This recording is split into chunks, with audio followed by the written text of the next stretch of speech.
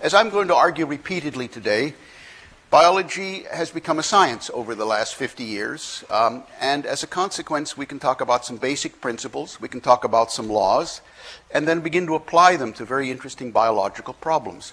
And so our general strategy this semester, as it has been in the past, is to spend roughly the first half of the semester talking about the basic laws and rules that govern all forms of biological life on this planet. And then the second half of the semester to begin to apply what we learned in the first half to specific kinds of problems. And you can see some of the specific kinds of problems, including the problem of cancer, how cancer cells begin to grow abnormally, how viruses proliferate, how the immune system functions, how the nervous system functions, stem cells and how they work and their impact on modern biology, molecular medicine, and finally perhaps the future of biology and even certain aspects of evolution. The fact of the matter is that we now understand lots of these things in ways that were inconceivable 50 years ago. And now we can begin to talk about things that 50 years ago people could not have dreamt of. When I took this course, and I did take it in 1961, we didn't know about 80% of what we now know. You can't say that about mechanics, in physics. You can't say that about circuit theory in electronics, and you can't say that, obviously, about chemistry. And I'm mentioning that to you simply because this field has changed enormously over the ensuing 4 decades. I won't tell you what grade I got in 701, because if I would, and you may pry it out of me later in the semester, you probably would never show up again in lecture. But in any case, please know that this has been an area of enormous ferment. And the reason it's been in such enormous ferment is of the discovery in 1953 by Watson and Crick of the structure of the DNA double helix. Last year, I said that we are so close to this discovery that both Watson and Crick are alive and with us and metabolically active. And more than 50 years, well, exactly 50 years after the discovery. Sadly, several months ago, one of the two characters, Francis Crick, died well into his 80s, and so he's no longer with us. But I want to impress on you the notion that 200 years from now, we will talk about Watson and Crick the same way that people talk about Isaac Newton in terms of physics. And that will be so because we are only beginning to perceive the ramifications of this enormous revolution that was triggered by their discovery. That is, the field of molecular biology and genetics and biochemistry, which has totally changed our perceptions of how life on Earth is actually organized. Much of the biology to which you may have been exposed until now has been a highly descriptive science. That is, you may have had courses in high school where you had to memorize the names of different organisms, where you had to understand how evolutionary phylogenies were organized, where you had to learn the names of different organelles, and that biology was for you a field of memorization. And one point we would like, hopefully successfully, to drive home this semester is the notion that biology has now achieved a logical and rational coherence that allows us to articulate a whole set of rules that explain how all life forms on this planet are organized. It's no longer just a collection of jumbled facts.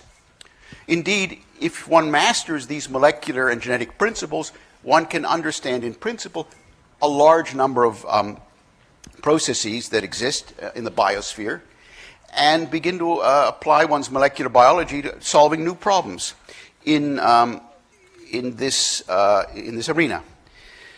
One of the important ideas that we'll refer to repeatedly this semester is the fact that many of the biological attributes that we possess now were already developed a very long time ago, early in the inception of life on this planet.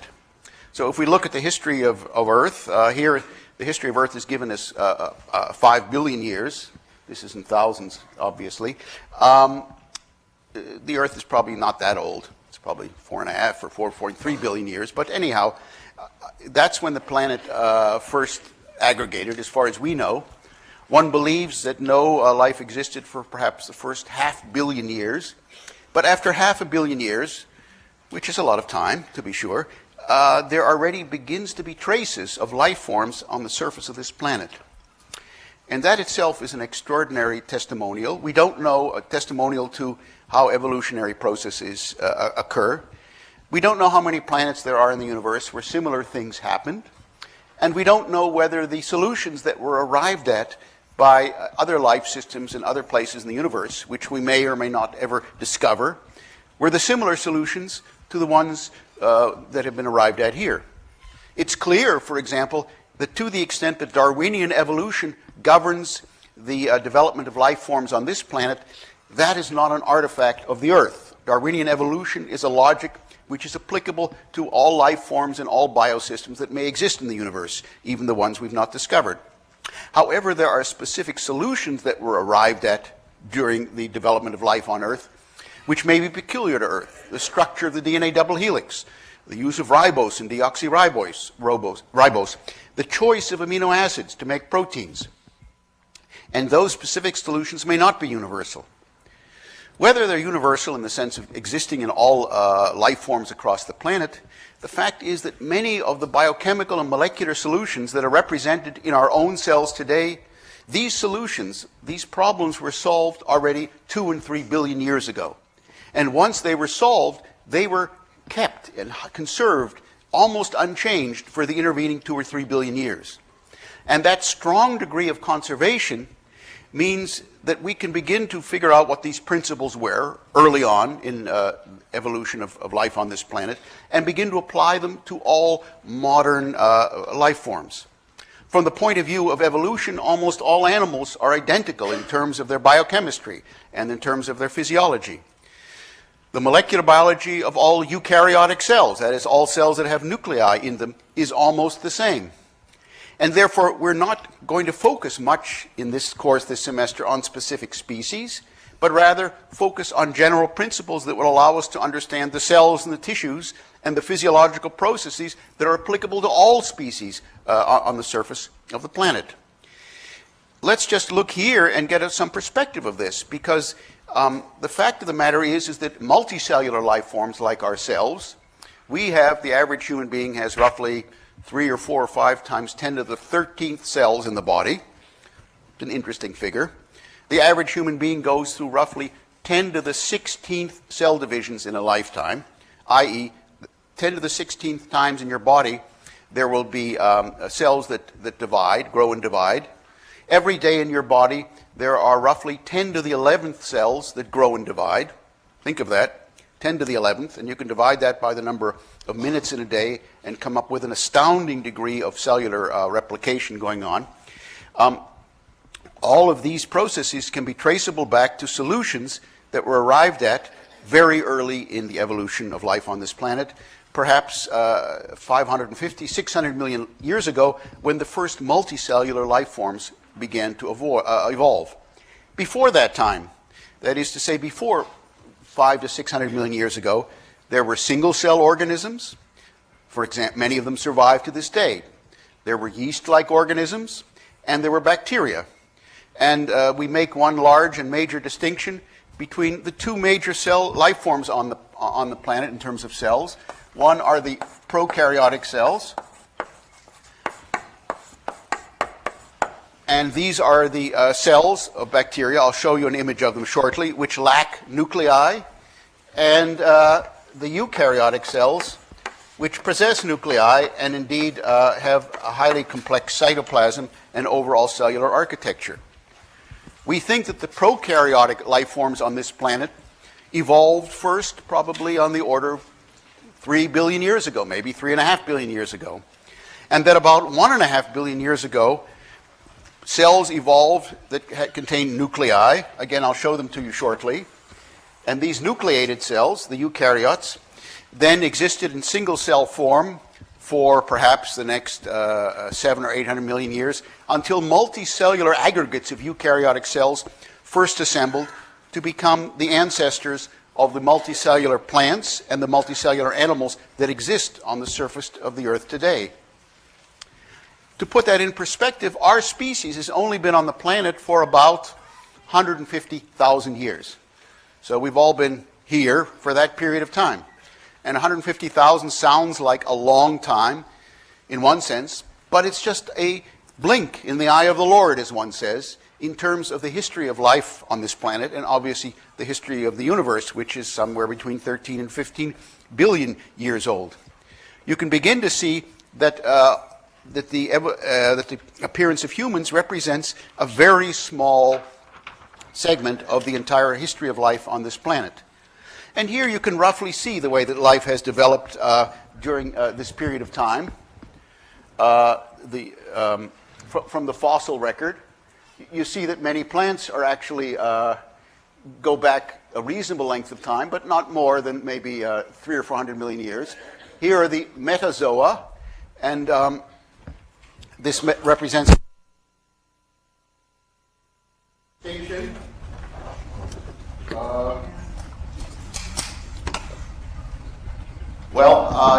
Can you hear me? Yeah. Wow. 614 came in handy. Okay, so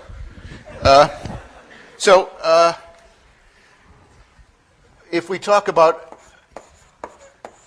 another major division, we talk about protozoa and metazoa. The suffix zoa refers to animals, as in a zoo, and the protozoa represent single-cell organisms. The metazoa represent multicellular organisms.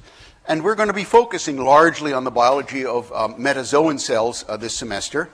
And we're going to be spending almost no time on plants. It's not that plants aren't important. It's just that we don't have time to cover everything. And indeed, the molecular biology that you learn this semester will ultimately enable you to understand much about the physiology of multicellular plants, which happen to be called metaphyta, a term you may never hear again in your entire life after today. That reminds me, by the way, that both Dr. Lander and I sometimes use big words, and people come up to me afterwards each semester, each year, and say, Professor Weinberg, why don't you talk simple? Why don't you talk the way we heard things in high school? And please understand that if I use big words sometimes, it's to broaden your vocabulary so you can learn big words. One of the things you should be, one of the big take-home lessons of this course should be that your vocabulary is expanded, not just your scientific vocabulary, but your general working English vocabulary. Perhaps the biggest goal of this course, by the way, is not that you learn the names of all the organelles and cells, but that you learn how to think in a scientific and rational way. Not just because of this course, but that this course helps you to do so. And as such, we don't place that much emphasis on memorization, but being able to think logically about scientific problems. Here we can begin to see the different kinds of metazoa, the animals. Here are the metaphyta, and here are the protozoa. Different words for all of these. And here we see our own phylum, the chordates. And again, keep in mind that this line right down here is about 550 to 600 million years ago, just to give you a time scale for what's been going on this planet. One point we'll return to repeatedly throughout the semester is that all life forms on this planet are related to one another. It's not as if life was invented multiple times on this planet and that there are multiple independent inventions. To the extent that life arose more than once on this planet, and it may have, the other alternative or competing life forms were soon wiped out by our ancestors, our single cellular ancestors 3 billion years ago. And therefore, everything that exists today on this planet represents the descendants of that successful group of cells that existed a very long time ago. Here we have all this family tree of the different metazoan forms that have been created by the florid hand of evolution. And we're not going to study those phylogenies simply because we want to understand principles that explain all of them, not just how this or that particular organism is able to digest its food or is able to reproduce.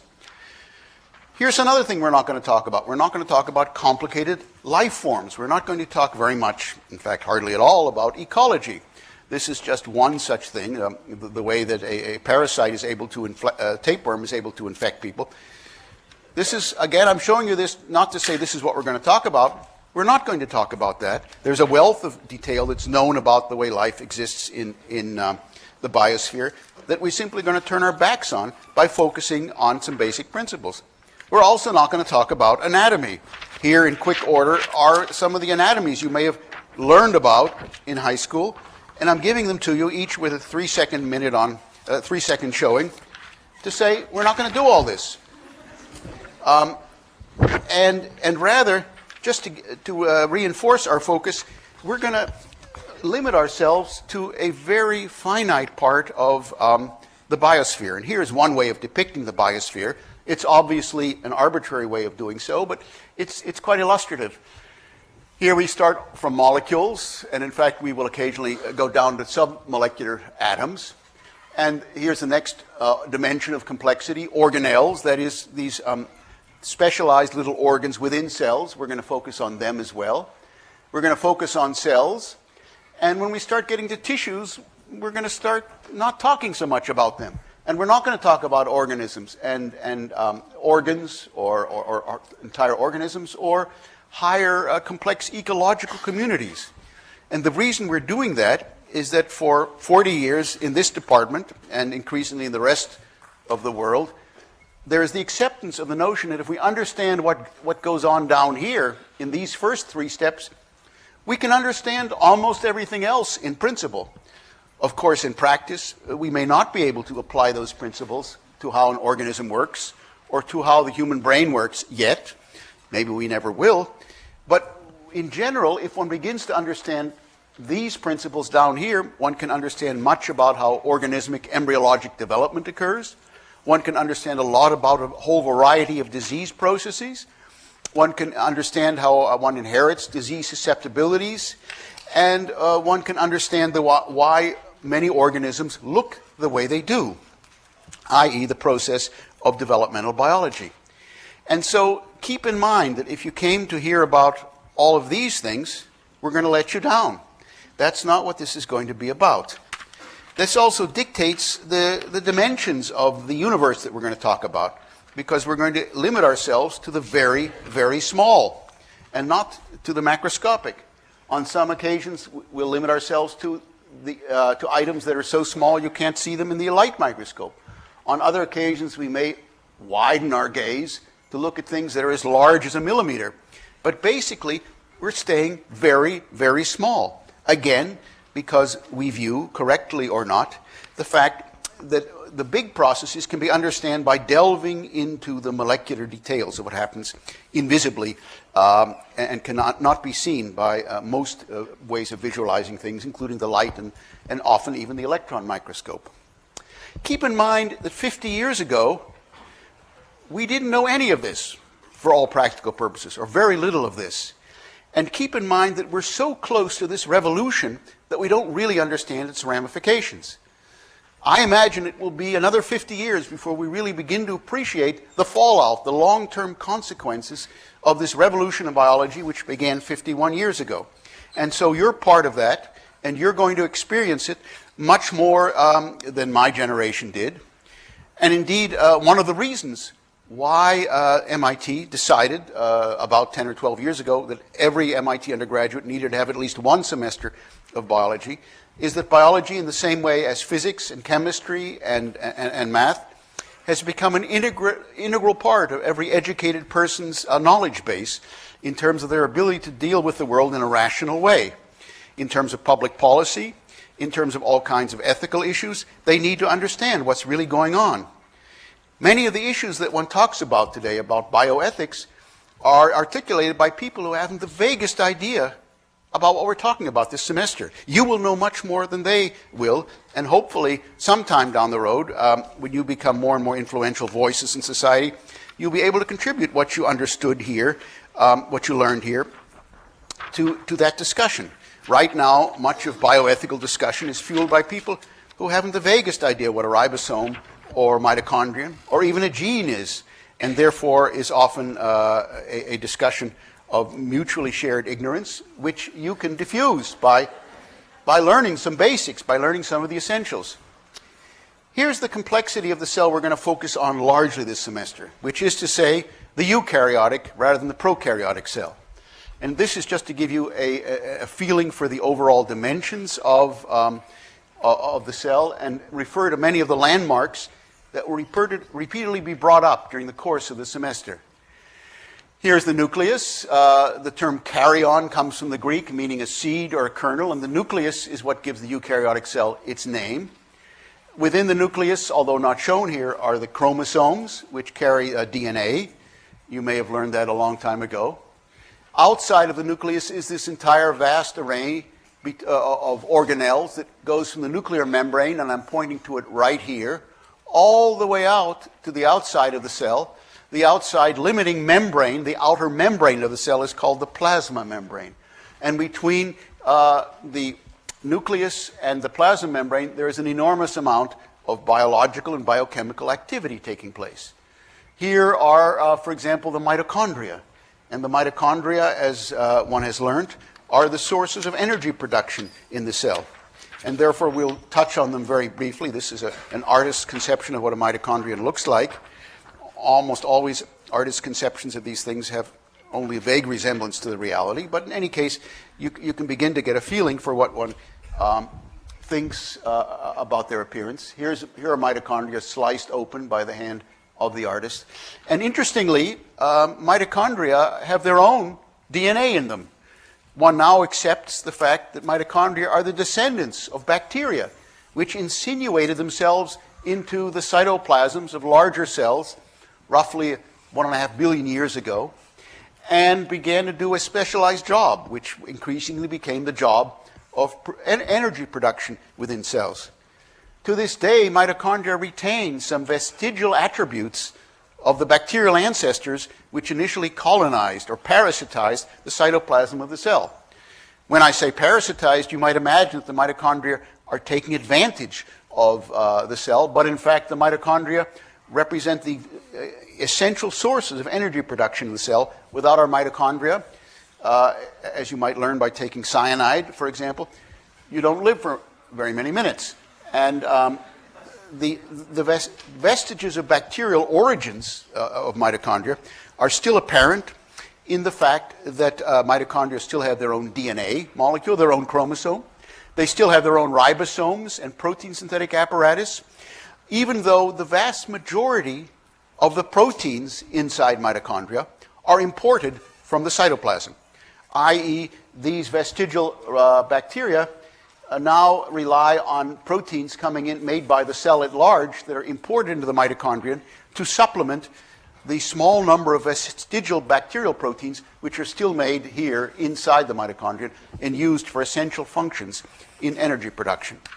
Here's the Golgi apparatus, and the Golgi apparatus up here is used for the production of membranes. As one will learn throughout the semester, the membranes of a cell are in constant flux and are being pulled in and remodeled and regenerated. The Golgi apparatus is very important for that. Here's the rough endoplasmic reticulum. That's important for the synthesis of proteins, which are going to be displayed on the surface of cells. You don't see them depicted here, or are going to be secreted into the extracellular space. Here are the ribosomes, which I might have mentioned briefly before, and these ribosomes are the factories where proteins are made. Again, we're going to talk a lot about them. And finally, several other aspects, the cytoskeleton. The physical integrity, the architecture of the cell is maintained by a complex network of proteins, which together are considered to be the cytoskeleton, and they enable the cell to have some rigidity, to resist tensile forces, and actually to move. Cells can actually move from one place to the other. They have motile properties. They're able to move from one location to another, the process of cell motility, if that's a word you'd like to learn.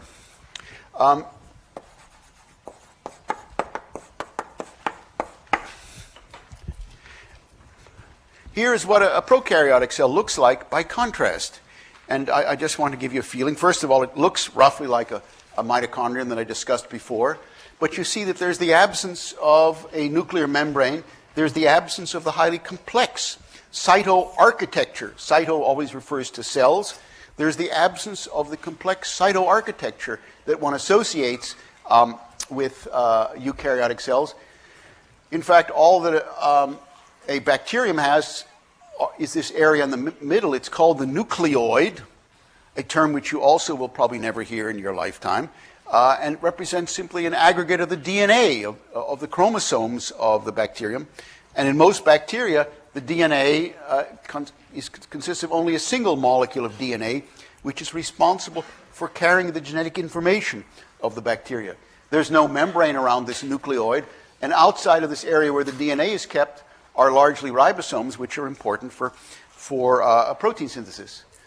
There's a membrane on the outside of this called the plasma membrane, very similar to the plasma membrane of eukaryotic cells, and outside of that is a meshwork that's called the outer membrane. It's sometimes called the cell wall of the bacterium, which is simply there to impart structural rigidity to the bacterium, making sure that it doesn't explode and holding it together. And then there are other versions of eukaryotic cells. Here's what a plant cell looks like, and it's almost identical to the cells in our body, except for two major features. For one thing, it has chloroplasts in it, which are also, one believes now, the vestiges of parasitic bacteria that invaded into the cytoplasm of eukaryotic cells. So in addition to mitochondria, which are responsible for energy production in all eukaryotic cells, we have here the chloroplasts, which are responsible for harvesting light and converting it into energy in plant cells. The rest of the cytoplasm of a plant cell looks pretty much the same. One feature that I didn't really mention when I talked about an animal cell is in the middle of the nucleus, here you can see, is a structure called a nucleolus. And a nucleolus, or the nucleolus in a eukaryotic cell, is responsible for making the large number of ribosomes which are exported from the nucleus into the cytoplasm. And as I mentioned just before, the ribosomes are responsible for protein synthesis. It turns out this is a major synthetic effort on the part of most cells. Cells like our own have between 5 and 10 million ribosomes in the cytoplasm. So it's an enormous amount of biomass in the cytoplasm whose sole function is to synthesize proteins. As we will learn also, proteins that are synthesized by the ribosomes don't sit around forever. Some proteins have long lives. Some proteins have lifetimes of 15 minutes before they're degraded, before they're turned over. One other distinction between our cells, that is the cells of metazoa and metaphyta, are the cell walls, analogous to the cell walls of bacteria, this green thing on the outside. As I said before, we do not have cell walls around our bacteria. And we will, as the semester goes on, go into more and more details about different aspects of this cytoarchitecture during the first half of the semester. Here, for example, is an artist's depiction of the endoplasmic reticulum. Why it has such a complex name, I can't tell you, but it does. It's called the ER, in the patois of the street, the ER. And the endoplasmic reticulum is a series of membranes. Keep in mind that not the only membrane in the cell is the plasma membrane. Within the cytoplasm, there are literally hundreds of membranes which are folded up in different ways. Here you see them depicted. And one set of these membranes, often they're organized much like tubes, represents the membranes of the endoplasmic reticulum, which either lacks ribosomes attached to it or has these ribosomes attached to it, which causes this to be called the rough endoplasmic reticulum, to refer to its rough structure, which is created by the studding of ribosomes on the surface.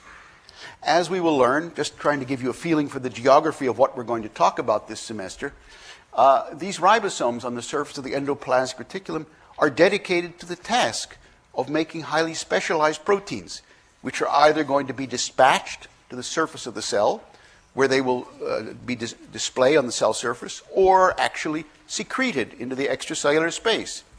Many of the proteins that are destined for our body are not kept within cells, but are released into the extracellular space where they serve important functions. And so we're going to focus very much on them. Here's actually what some of these things look like in the electron microscope to see whether we can either believe or fully discredit the imaginations of the artists. Here's the rough endoplasmic reticulum. I showed you in schematic form before, and you can see why it's called rough. All these black dots are ribosomes attached on the outside. Here's the Golgi apparatus. You see these vesicles indicated here. And a vesicle, just to use a new word, is simply a membranous bag. And keep in mind, by the way, that we're not going to spend the semester with these highly descriptive discussions. Our intent today is to get a lot of these descriptive discussions out of the way so that we can begin to talk in a common parlance about many of the parts, the molecular parts of cells and organisms. Here's the mitochondrion, which we saw depicted before. It looks similar to, but not identical to the artist's description of that. And keep in mind that the mitochondria in our cells, as I said before, are the descendants of parasitic bacteria. Here's the endoplasmic reticulum and the way it would look as it does in certain parts of the cell when it doesn't have all of these ribosomes studded on the surface. These, the endoplasmic reticulum here is involved in making membranes. The endoplasmic reticulum here is involved in the synthesis and export of proteins to the cell surface and for secretion, as I mentioned before. Much of what we're going to talk about over the next days is going to be focused on the nucleus of the cell, that is on the chromosomes on the cell, and on the material which is called chromatin, which carries the genetic material. So the term chromatin is used in biology to refer simply to the mixture of DNA and proteins, which together constitutes the chromosomes. So chromatin has it within it, DNA, it has protein, and it has a little bit of RNA in it. And we're going to focus mostly on the DNA and the chromatin, because if we can begin to understand the way the DNA works and functions, many other aspects will flow from that. I mentioned the cell surface, and I just want to impress on you the fact that the plasma membrane of the cell is much more complicated than was depicted in these drawings that I showed you just before. If we had a way of visualizing the plasma membrane of a cell, we would discover that it's formed from lipids. We see such lipids there, phospholipids, many of them. We'll talk about them shortly. At the outside of the cell, there are many proteins, you see them here, which thread their way through the plasma membrane, have an extracellular and intracellular part. And these transmembrane proteins, which reach from outside to inside, represent a very important way by which the cell senses its environment. This plasma membrane, as we'll return to, represents a very effective barrier to segregate what's inside the cell from what's outside of the cell, to increase concentrations of certain biochemical entities. But at the same time, it creates a barrier to communication. And one of the things that cells have had to solve over the last 700-800 million years is ways by which the exterior of the cell is able to sense certain signals and transmit that information to the interior of the cell. At the same time, cells have had to use invent a number of different proteins, some of them indicated here, which are able to transport materials from the outside of the cell into the cell, or vice versa. So the existence of the plasma membrane represents a boon to the cell in the sense that it's able to segregate what's on the inside from what's on the outside, but it represents an impediment to communication, which had to be solved, as well as an impediment to transport, and many of these transmembrane proteins are dedicated to solving those particular problems. Here you see, once again in artist's depiction form, aspects of the cytoskeleton of the cell. And when we talk about the cytoskeleton, we talk about this network of proteins, which, as I said before, gives the cell rigidity. Keep in mind that the prefix cyto, or the suffix cyte, refers always to cells, allows the cell to have shape. And here you can see this network as depicted in one way, but here it's depicted actually much more dramatically. And here you can begin to see the complexity of what exists inside the cell. Here are these proteins. These are polymers of proteins called vimentin, which are present in very many mesenchymal cells. Here are microtubules made from another kind of protein. Here are microfilaments, in this case made of the molecule actin. And if we looked at individual molecules of actin, they would be invisible. This is end-to-end polymerization of many actin molecules. And we're looking here under the microscope from one end of the cell to the other end of the cell. And you can see how these molecules, they create stiffness, and they also enable the cell to contract and to move. Some people might think that the interior of the cell is just water with some molecules floating around them. But if you actually look at what's present in the cell, more than 50% of the volume is taken up by proteins. It's not simply an aqueous solvent where everything moves around freely. It's a very viscous slush, a mush, and it's quite difficult, therefore, for many cells to move around from one part of the cell to the other. Here you begin to get a feeling now for how the connection, which we'll reinforce shortly in great detail, between individual molecules and the cytoskeleton. And here you see these actin fibers, I showed them to you just moments ago, stretching from one cell, end of the cell to the other. And each of these little globules is a single actin monomer, which polymerize end to end and then form multi-strand aggregates to create the actin cytoskeleton. Here's an intermediate filament, and here's the microtubules that are formed.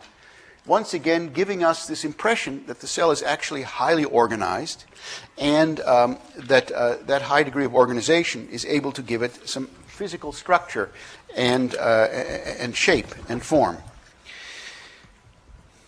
I think we're going to end today 2 minutes early. You probably won't object.